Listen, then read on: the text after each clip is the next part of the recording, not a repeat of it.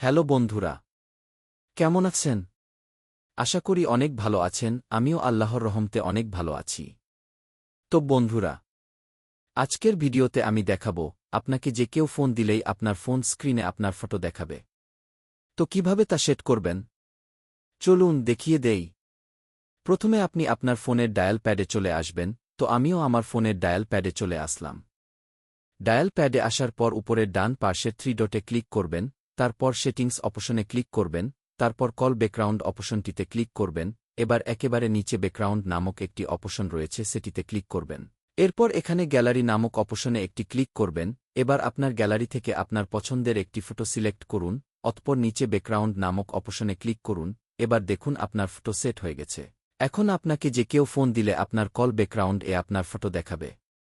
তো এই ছিল আজকের ভিডিও। আশা করি বুঝতে পারছেন। কেমন লাগল আজকের ভিডিওটি জানাবেন। যদি ভালো লাগে তাহলে একটা লাইক দিন, কমেন্টে জানান আপনার মতামত। দেখা হবে পরবর্তী কোনো ভিডিওতে। ততক্ষণ পর্যন্ত ভালো থাকুন।